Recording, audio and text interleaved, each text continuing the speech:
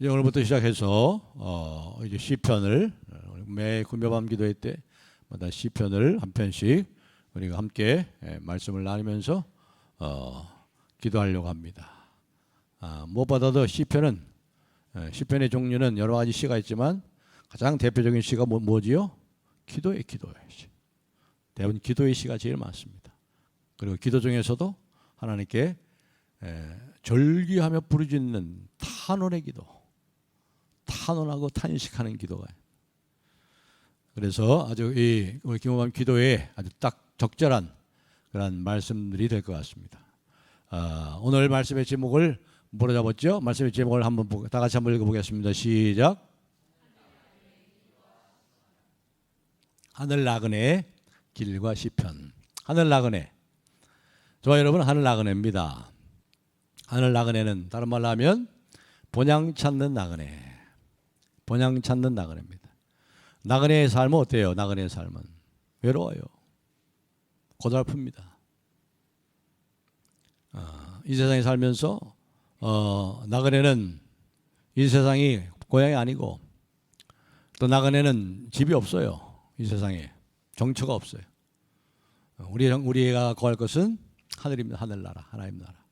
그렇기 때문에 우리는 어디 위에 있는 사람들이에요? 길 위에 있는 사람들입니다. 우리는 길 위에 있는 사람이에요. 우리는 집에 가지 않습니다. 우리가 지금 살고 있는 집도 우리가 곧 떠날 것입니다. 우리는 길 위에 있는 사람들이다. 길 위에서 어디를 찾아가요? 본향을 찾아가는 하늘 나그네의 삶입니다. 그래서 하늘 나그네의 길 위에 있는 하늘을 본향을 찾는 나그네와 시편, 이런 제목으로 오늘은 시편 1편을 읽었지만 시편 1편은 다음 주 금요일 날 말씀을 나누고 오늘은 시편의 서론에 대해서 시편 전체 서론을 좀 말씀을 들으려고 합니다. 하늘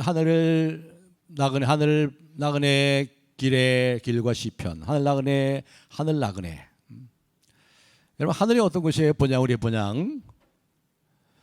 그리스도 안에 죽는 자가 왜 복이 있는 줄 아세요? 그리스도 안에 죽는 자가 왜 복이 있어요? 여러분, 우리가 이 세상을 떠날 때 구원이 완성이 되는 거예요. 구원이 완성이 되는 거예요. 천국으로 들어가는 거예요. 낙원으로 들어가는 거예요. 여러분, 낙원이 어떤 곳인지 아십니까? 한마디로 얘기하면 낙원이 이런 거예요. 그래서 여러분들이 낙원에 가기를 사모하시기 바랍니다. 빨리 낙원에 가기를 사모하세요. 낙원이 어떤 곳인지 아세요? 하나님의 충만한 상태, 하나님의 신적인 충만한 상태로 들어가는 거예요. 이게 천국에 가는 거예요. 신적인 충만한 상태, 충만으로 들어가는 거예요. 야, 이걸 생각하니까 정말 천국에 빨리 가고 싶어요. 이미 간 사람들은 가장 행복한 거예요, 여러분. 신적인 충만한 상태로 들어간 거예요, 거기는. 이 땅에 살고 있는 우리들이 힘들지요. 나그네잖아요, 우리는. 우리가 어떤 때 천국을 살다가 우리가 아무리 천국을 살아도 여러분, 신적 충만한 상태로 들어갑니까? 이 세상에서 이 악과 고난과 질병, 죄로 인해서 악과 고난과 질병에 가득한 이 세상에서 신적인 충만한 하나님의 충만함으로 우리가 들어갈 수 있어요? 별로 없어요. 우리의 나그네의 삶은 고달플 수밖에 없습니다.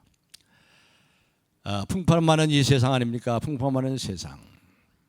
하늘에서 우리가 왔어요. 하늘에서 잠깐 어떤 사람은 소풍 왔다 그래요. 소풍 한 건 좀 그렇고 출장 왔어요. 우리가 출장.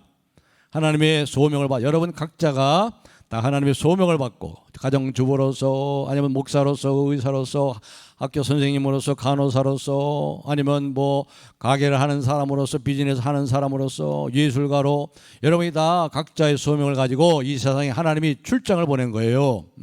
그래서 출장을 보냈는데 그 일을 다 마치면 하늘로 돌아가는 인생이기 때문에 우리는 이 천성을 향해 순례길을 떠난 나그네라. 아주 적합한 표현이죠. 하늘 나그네.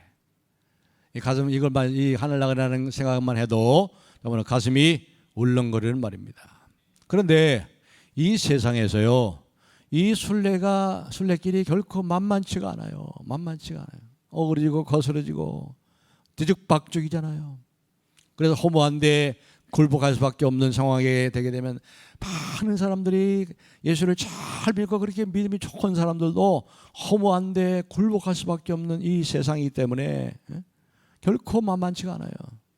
하나님께서 나와 정말 동행하신다는 이 확신이 없이는 결코 걸어갈 수 없는 길이에요. 이 세상에는 많은 유혹과 이 길에는 많은 시련이 있습니다.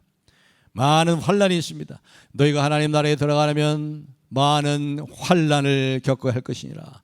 의인에게는 환난이 많으나 주께서 그를 지키시리로다.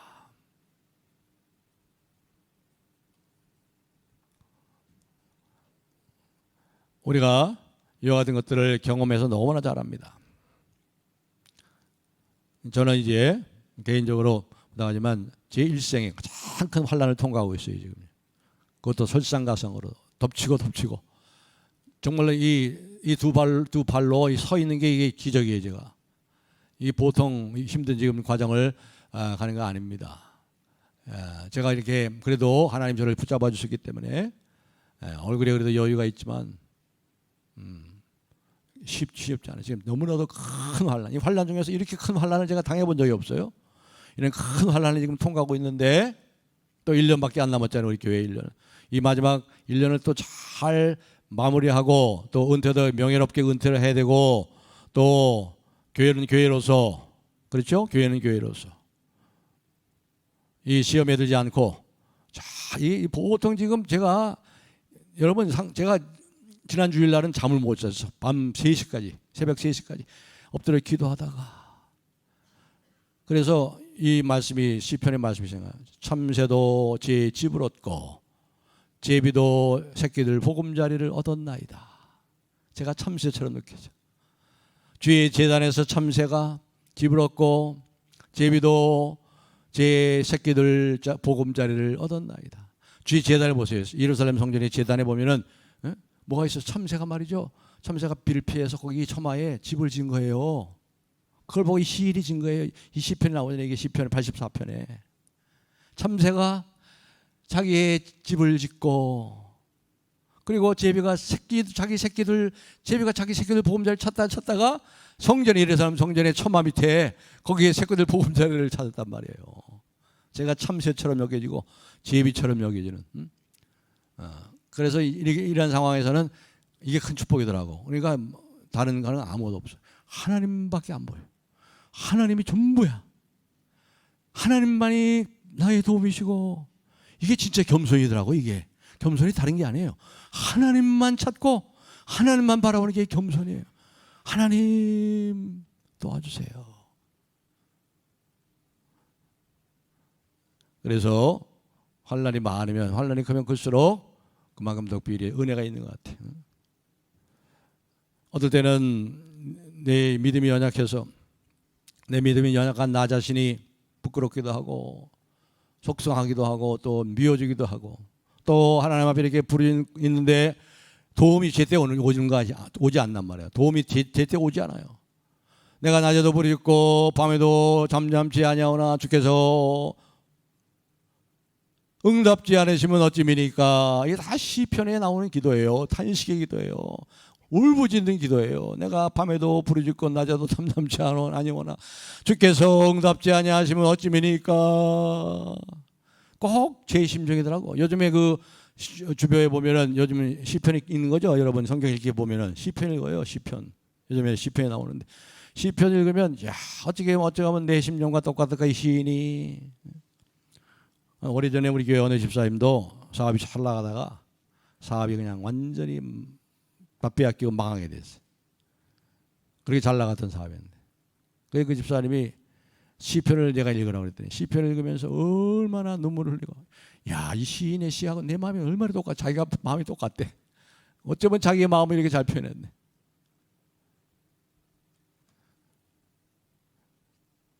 그렇습니다. 그러나 이렇게 힘들 때도 있지만 또 항상 이 순례길이 그렇게 힘든 것만 아니죠. 하나님이 우리에게 소소한 기쁨을 주세요. 소소한 기쁨.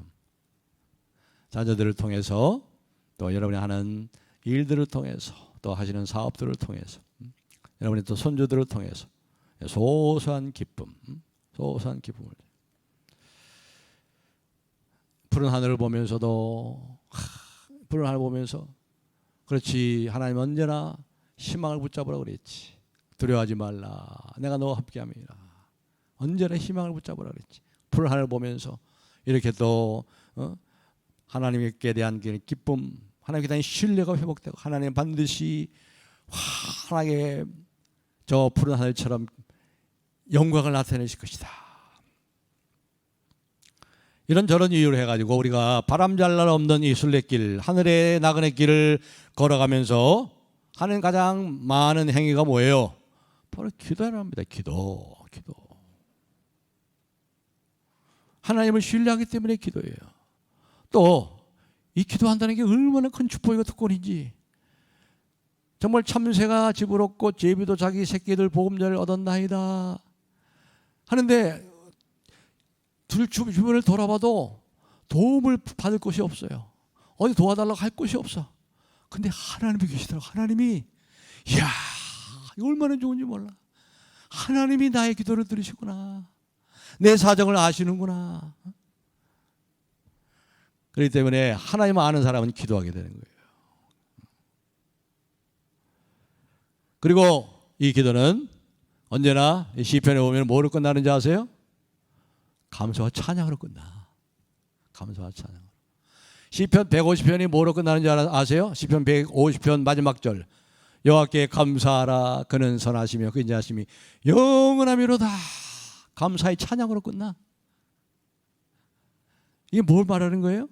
하나님 우리를 기도를 들으시는, 우리를 죽을 때까지 인도하시는 신실한 우리의 아버지시다. 우리 아버지시다. 그리고 이 파고가 높은, 이 바다가 높은 이 세상에 우리가 순례길을 가는 동안 배를 띄웠어요. 그런데 우리가 이 배가 정말 이 긴 순례의 이 항해 끝에 저 천성에, 우리의 본향 그 천성의 포구에 이것이 다다를 것인가, 그런 확신이 있어요. 왜요? 왜 그랬습니까? 이런 찬송이 있죠. 큰 물결이 설레는 어두운 바다, 저 등대의 불빛은 희미한데 이 풍랑에 배제어 항해하는 이 작은 배의 사공은 주님이시라. 나 두려움 없네. 두려움 없도다. 이 흉흉한 바다를 다 지나면 그 다음에 뭐예요? 저 소망의 나라에 이르리라. 소망의 나라에 이르리라. 이런 찬양으로 끝을 맺어요. 전부 다 이 기도의 시들이. 기도는 언제나 여러분 찬양으로 끝맺어요. 찬양으로. 우리를 찬양케 하세요. 하나님이 우리를 찬양케 하셔. 왜요? 우리의 기도에, 우리의 울부짖음에, 구하는 것이나 생각하는 것에 넘치도록 응답해 주시는 참으로 신실하신 아버지, 신실하신 아버지. 우리의 전 인생을 걸만해요. 그분은 신실하세요. 신실하세요. 그분은 참으로 자비로우신 분이에요. 우리가 생각하는 그 이상으로 자비로우신 분이에요. 구약 성경은 그게 4권의 책으로 되어 있어요. 구약 성경은 전체, 구약 성경이 전체가 39권이죠. 39권인데 4권의 책으로 되어 있어요. 4권의 책이 뭐냐? 모세오경, 창세기, 출애굽기, 레위기, 민수기, 신명기, 모세오경. 그 다음에가 뭐죠? 역사서, 역대상, 사무엘상, 사무엘하, 여호수아서. 이다 역사서예요. 그 다음에 세 번째 무슨 책이죠? 시가서예요. 시가서는 뭐예요? 욥기, 시편, 잠언, 전도, 애가서, 애가. 이게 바로 시가서입니다. 지혜서죠. 거기 지혜서. 그 다음에 마지막으로 네 번째 책이 뭐죠? 예언서예요. 이사야, 에레미야, 다니엘, 이게 다 예언서입니다. 근데 모세오경과 역사서는 하나님의 구원의 행동을 보여주는 책입니다. 하나님의 구원의 행동. 하나님이 어떻게 우리를 구원하셨는가, 하나님이 하신 일, 하나님의 액션, 하나님 어떻게 이스라엘을 그 애굽에서 건져내셨는가, 어떻게 홍해를 갈르셨는가, 하나님의 행동을 보여주는, 하나님의 구원의 행동을 보여주는 책이 모세오경과 역사서예요. 예언서는 뭐지요? 예언서라는 건 하나님이 주신 생명과 은혜의 말씀입니다. 선지자들 통해서 우리에게 생명을 주시고 위로를 주시고 너희를 향한 내 생각을 내가 아나니 재앙이 아니라 평안이요 장래 소망을 이루는 것이니라. 예레미야서에 나옵니다. 이 생명의 말씀, 소망의 말씀, 은혜의 말씀, 예언서는 하나님 우리에게 주신 바로 소망과 생명과 은혜의 말씀이죠. 시가서는 뭔가요? 시가서는 바로 하나님의 구원의 행동인 모세오경과 역사서에서 말씀하신 하나님, 예언서를 통해서 우리에게 말씀하신 하나님에 대한 인간의 응답이 시가서예요. 시가서. 인간의 응답이에요. 그 중에 대표적인 시가서의 대표적인 게 뭐죠? 시편입니다. 시편. 시편이 시가서의 대표예요. 그래서 이 시편에 통해서 우리는 기도를 배울 수 있고 인간의 모든 고뇌와 슬픔과 비극과 행복과 기쁨과 좌절과 실패와 배반과 불의와 배신과 감사와 찬양과 인간의 모든 것이 다 나와요. 여기 다 나와요.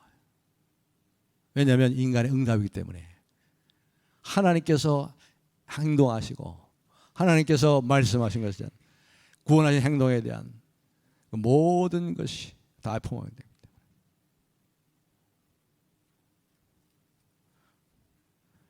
그런데 이 시편 중에 시편 읽다 보면은 어쩌면 내에게 할까? 어쩌면 나의 기도가 이 나의 기도가 똑같을까? 그렇게 이제 생각할 때가 많습니다.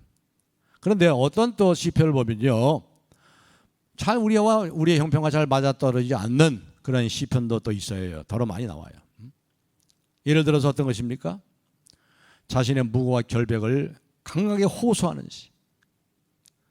그리고 더 분명히 확실하게 예를 들면 원수들에 대한 이 끔찍한 보복의 시가 나와요. 어떤 시가 나온지 아세요? 원수의 자식들을 바위에 맺히는 자는 복이 있도다. 이런 시가 나와요. 그럼 그런 시를 가지고 기도하시겠어요, 여러분? 원수의 2살 먹은 아이를 바위에 맺히는 자는 복이 있도다. 이런 기도가 나와요. 이런 시가.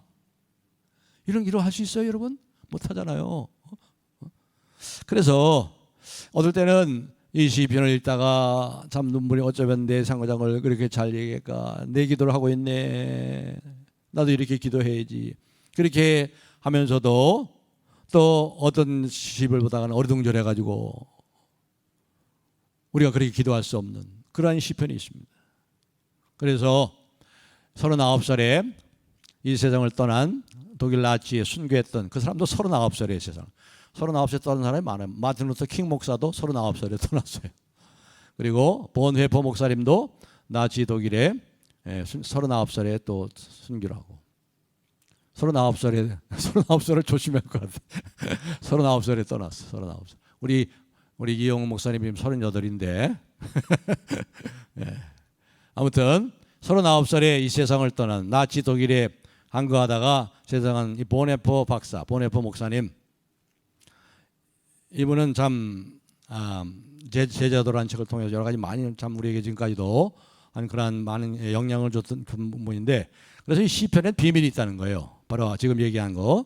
어떤 시는 우리가 도대체 이해할 수 없고 저런 기도를 할 수 없고, 어떻게 원수의 그 2살 먹은 자녀를 바위에 맺히는 자는 복이 있도다. 이런 시를 우리가 어떻게 우리가 동의를 해야 되나? 원수를 사랑하라고 그랬는데. 그래서 여기 바로 이 본회퍼 목사님은 이게 시편의 비밀이 있다는 겁니다. 다시 말해서 우리가 하나님께 드릴 수 없는 기도의 시들이 있다는 거예요. 그래서 우리가 이 시편에 나오는 이 기도를 드릴 수 없지만, 그런데 이것이 기도시로 나오거든요. 아까도 말했듯이 그 시가 기도시로 나온단 말이에요. 그래서 본회퍼 목사님은 이런 기도를 드리는 이는 우리가 아니라 다른 분이다. 다른 분이 계신다. 지금 이 시편의 기도를 가지고 기도하는 다른 분이 계시다는 거예요. 그걸 암시해 준다는 거예요. 깊은 고난 가운데 있으면서 자기의 결백을 주장하고 하나님의 심판을 호소하고, 하나님이 저들에게 저주를 내리시고 저들을 심판하여 주옵소서, 그렇게 기도를 하고 있거든요. 우리는 그렇게 기도 못하잖아요. 우리 그렇게 기도 못해요. 그렇게 해서도 안 되고. 근데 그렇게 기도를 한단 말이에요. 시편에서는. 그렇게 하는 분이 있어요. 그분이 누구예요? 참 사람이신 예수 그리스도라는 거예요. 예수 그리스도.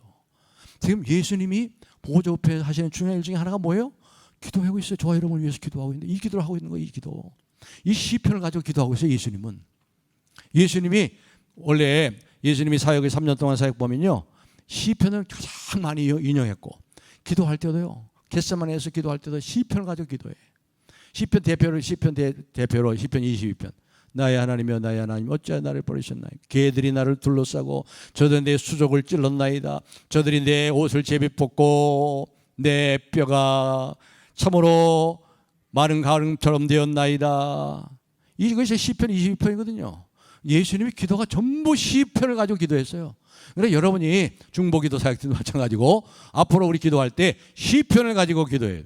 시편을 가지고 기도하려면 어떻게 돼요? 시편을 다 암송하면 제일 좋죠. 그래서 목표를 결정하세요. 오늘부터 저도 이제 하나님 앞에 갈 때까지 시편을 암송해야 되겠다. 전부 다. 시편 1편이라 23편은 다 암송하지만 시편을 암송해야 되겠다. 제가 미국에서 공부할 때 그 공부했던 학교가 칼빈 신학대학원인데 거기가 이제 주일 예배에 한번 갔어요. 제가 그 미국인 교회 개혁교단입니다. 리폼 CRC 크리스천 리폼 처치 기독교 개혁교회. 그런데 찬송가가 딱 보니까 찬송가의 겉에가 말이죠. 우리는 뭐예요? 우리는 찬송가 그냥 새 찬송가, 개혁 찬송가라고 그랬죠. 힘날 그래. 힘날. 그냥 찬송가예요. 근데 거기는 뭐라 됐냐면 살터 힘날. 힘. 시편 찬송이 전부 시편이에요. 시편을 찬송으로 만들어요. 거기 곡절을 붙인 거야. 그러니까 그 사람들은 시편을 거의 다 외워. 시편을 찬송으로 만든 거예요. 그러니까 그 사람들의 기도가 전부 시편에 나오지. 기도가 얼마나 좋은지 몰라요. 우리가 배워야 돼. 한국 교회가 우리 교회도 이 시편 찬송을 좀 했으면 참 좋겠다. 그런 생각. 왜냐하면 예수님이 시편을 가지고 찬송하고 시편을 가지고 기도했거든요. 그래서 이 본헤퍼 목사님이 이렇게 말했습니다. 이것이 바로 시편의 비밀인데 그게 뭐냐? 본헤퍼의 말입니다. 바로 그분이 여기서 기도하는 이시요. 여기서뿐 아니라 시편 전체에서 기도하시는 분인 것입니다.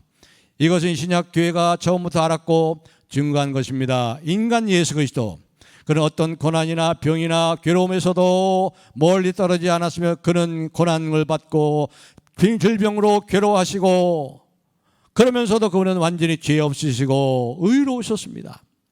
바로 그분이 시편에서 그의 성도의 입을 통해서 기도하는 것입니다.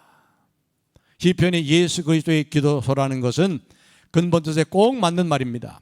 그가 시편으로 기도하셨기 때문에 그것은 이제 모든 시대를 위한 그의 기도가 된 것입니다. 지금도 예수 그리스도가 보좌 우편에서 그의 성도들 가운데서 시편으로서 하나님께 기도하고 계십니다. 물론 그의 성도들도 오늘 모여서 함께 기도합니다. 물론 개인으로도 기도합니다. 그러나 그리스도가 그들 안에서 기도하는 한 그들도 기도하는 것입니다. 따라서 여기서 기도하는 사람은 자기의 이름으로 기도하는 것이 아니라 예수 그리스도의 이름으로 기도하는 것입니다. 왜요? 예수님이 시편으로 기도하고 계시기 때문에. 그래서 우리가 예수 그리스도의 이름으로 기도하는 거예요. 그래서 끝날 때 끝나거나 예수님의 이름으로 기도합니다 하잖아요. 예수님이 기도하시기 때문에 이 시편을 가지고 이것이 바로 본회퍼가 시편의 비밀이라고 불리는 거예요. 시편의 비밀. 그러니까 시편을 통해서 기도하는 사람들은 단순히 개인 또 공동체가 아니라 그리스도가 기도하는 거예요. 그리스도가 예수님이 기도하는 거예요. 예수님과 함께 기도하는 거예요. 그래서 우리가 이 시편을 암송하고 시편을 찬양할 때 예수님이 우리와 함께 기도하고 계시고 우리와 함께 찬양하고 계시다는 사실을 여러분이 기억하고 하세요. 얼마나 이게 큰 축복이고 감격입니까? 우리만 이 금요기도에 나와서 여러분 우리만 기도하는 게 아니에요. 중보기도 사역팀 한 10명 모여서만 기도하는 게 아니에요. 예수님이 함께 기도하는 거예요. 예수님이. 이 시편으로 기도하면. 이 시는 150편으로 되어 있는데 잘 아시다시피 세 종류의 시가 나옵니다. 세 종류의 시. 물론 그 외에도 뭐 몇 가지 다른 시가 있는데 크게 세 종류의 시가 나와요. 첫째가 뭐냐면 기도와 탄원의 시예요. 기도와 탄원의 시. 이게 대부분입니다. 기도와 탄원의 시. 그 다음에 두 번째가 감사의 시. 그리고 찬양의 시가 나옵니다. 그러니까 기도와 탄원으로 시작해서 감사와 찬양으로 끝나잖아요. 이 시편 전체가 그렇게 돼 있어요. 그 외에 뭐 지혜 시, 시편 1편은 지혜 시거든요. 근데 그거 몇 편 빼놓고 전부 기도와 울부짖음과 탄식과 탄원의 기도, 그리고 그 기도 응답하신 하나님께 대한 감사, 감사를 넘어서 하나님의 존재에 대한 그 위대하심과 하나님의 신실함에 대한 찬양으로 끝나고 있어요. 기도는 대화다, 하나님과의 대화다. 물론 맞습니다. 근데 저는 그렇다고 안 봐요. 저는 요즘에 기도는 대화 정도가 아니구나. 하나님께 울부짖는 것이다. 하나님께 탄식하고 탄원하는 것이다. 여러분 언제 기도하세요? 언제 기도하십니까? 절박할 때 기도하잖아요. 절박할 때 살려주세요. 도와주세요. 이게 기도예요. 주밖에 나의 도울 자 없나이다. 주님은 아시오니, 주님은 모든 걸 다 아시오니 주여 도와주소서. 하나님이 제일 좋아하시는 기도의 내용이 뭐예요? 하나님 불쌍히 여겨주십시오. 도와주세요. 이게 좋아하는 거예요. 하나님이 주는 거예요. 하나님 불쌍히 여겨주십시오. 이 겸손한 제 기도에게 겸손한 제 기도. 언제 기도해요? 병상에 누워있을 때, 수술실에 들어갈 때, 사업이 부도가 나서 망해갈 때, 더 이상 이 세상에 살 필요를 느끼지 못할 때, 무언가 간절히 바랄 때, 죄의 중압감에 시달려서 양심의 가책으로 번민하고 괴로워할 때, 속썩이던 자녀가 가출을 해서 돌아오지 않을 때, 이럴 때 기도하잖아요. 이럴 때 기도하잖아요. 기도는 이 괴로움의 땅에서 하는 것이지 천상의 하늘에서 하는 게 아니에요. 우리 천상에서 가서 무슨 기도해요? 기도 안 해요. 천국에 가서 기도 안 해요. 거기는 감사와 찬양밖에 없어요. 기도는 이 세상에서 하는 것이지 저 세상에서 하는 게 아니에요. 천상에서 하는 게 아니에요. 그래서 이 기도와 탄원시의 대부분이 기도와 탄식의 시가라는 말은 우리에게 큰 위로를 줘요. 아, 우리 선지들도 그렇게 하늘 나그네의 길을 가면서 이렇게 힘들게 살았구나. 이렇게 많은 환난을 당했구나. 이렇게 많은 비극과 슬픔 속에 살았구나. 그런데 하나님이 신실하셔서 저들로 하여금 마침내 응답하시고 저들을 구원해 내시고 감사와 찬양으로 이게 우리에게 큰 힘이 되는 거예요. 위로가 되는 거예요.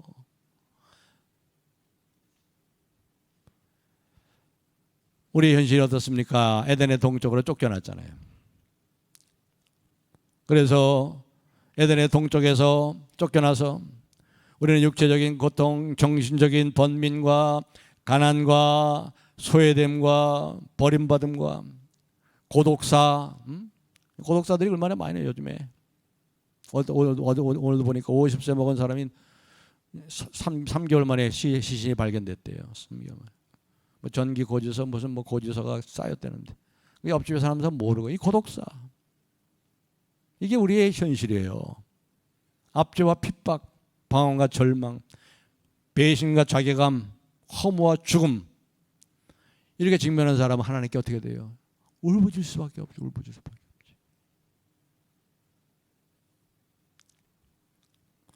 그러면서도 하나님이 응답하시지 제때에 응답하지 않음으로 인해서 하나님 앞에 하나님의 이 부재, 하나님의 없음, 보이지 않음에 대한 이러한 억울한 심정을 토로하고 탄식하고 탄원하고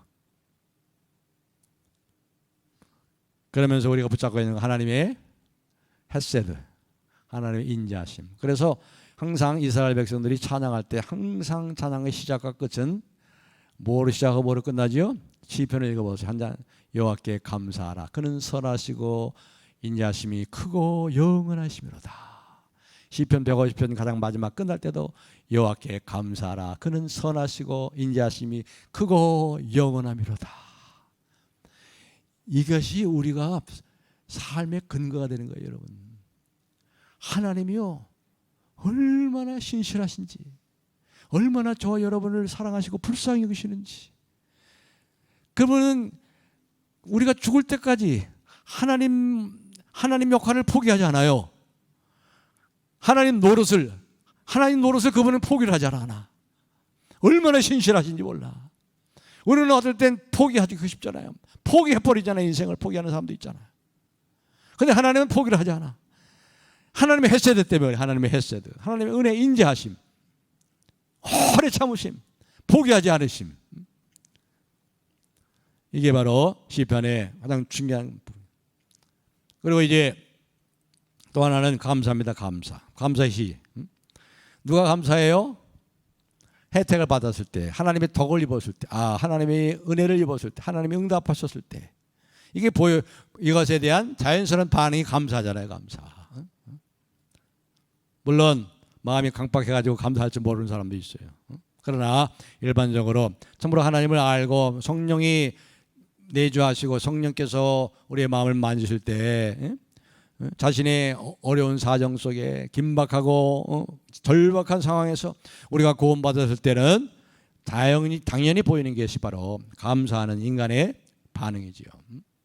그러니까 이 시인의 탄식을 들으시고 이 울부짖음을 들으시고 은혜를 베푸시고 그 비참한 상황에서 그를 위해 일하시는 하나님, 응답하시는 하나님, 구원하시는 하나님을 드디어 만나고 드리는 반응이 바로 감사죠. 감사. 그 감사의 근거가 뭐예요? 하나님의 은혜, 하나님의 자비하심, 하나님의 헤세드. 그 대표적으로 누가복음에 오면 18장에 집 나간 아들을 기다리는 아버지 마음. 이 아버지가 어떻게 했어요?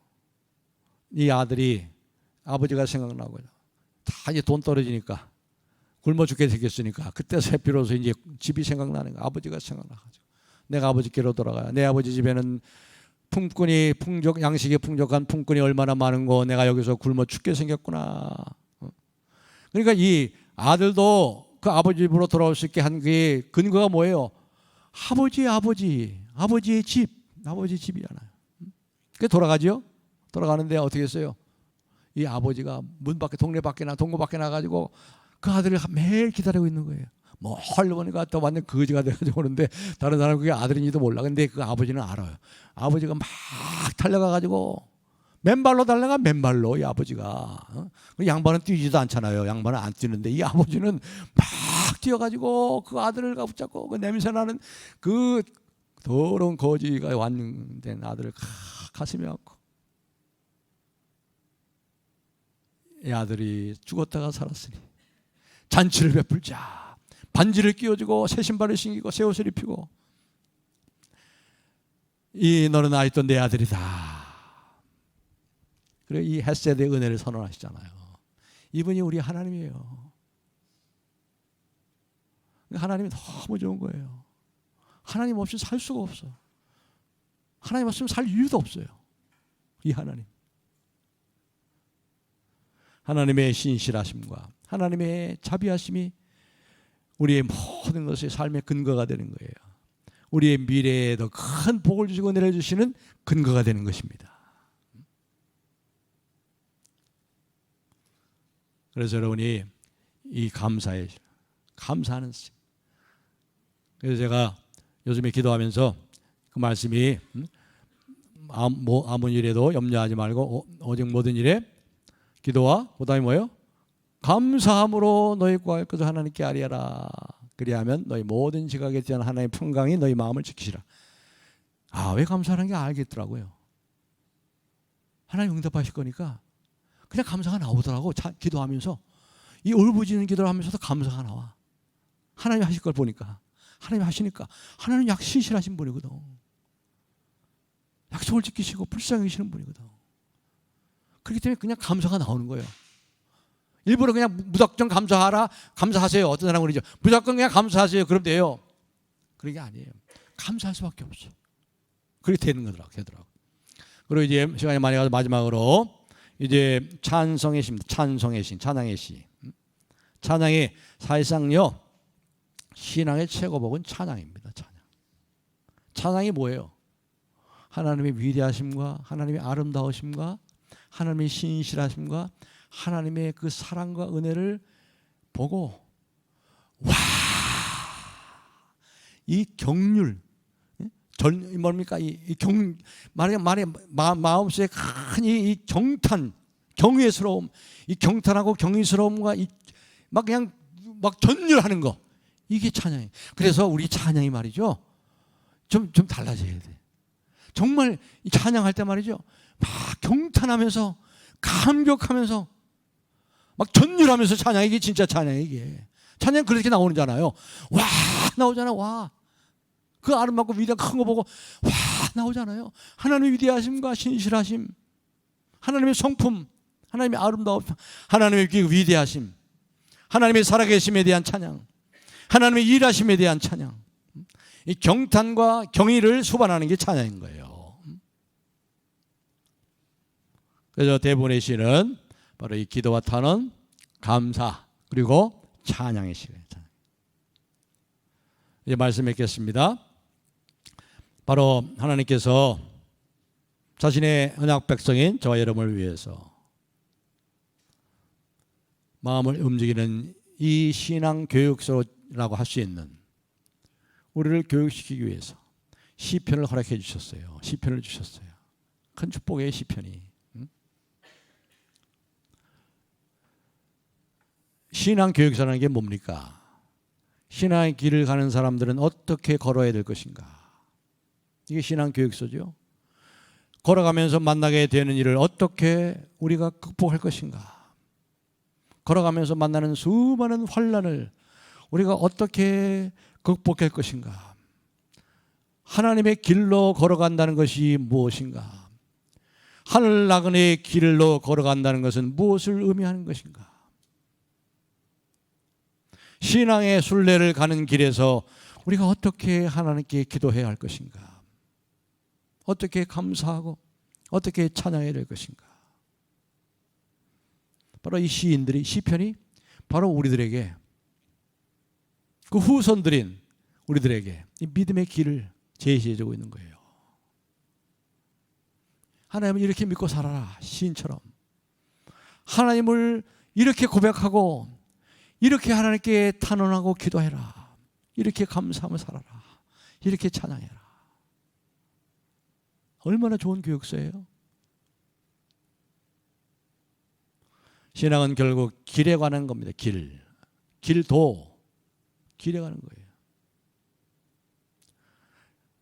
신앙의 길을 걷는 것이 무엇을 의미하는지, 그 길을 걸어가면서 무슨 일을 겪게 되는지, 길이 보이지 않을 때 어떻게 해야 되는지,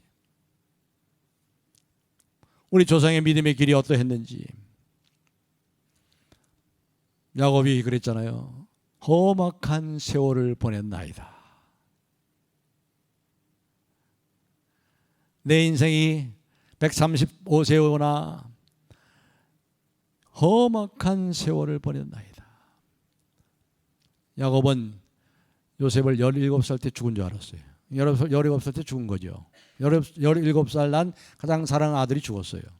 근데 13년 후에 그 죽었다고 생각하는 아들을 만났어요. 그렇죠? 우리 굉장히 그게 의미하는 바가 굉장히 큽니다.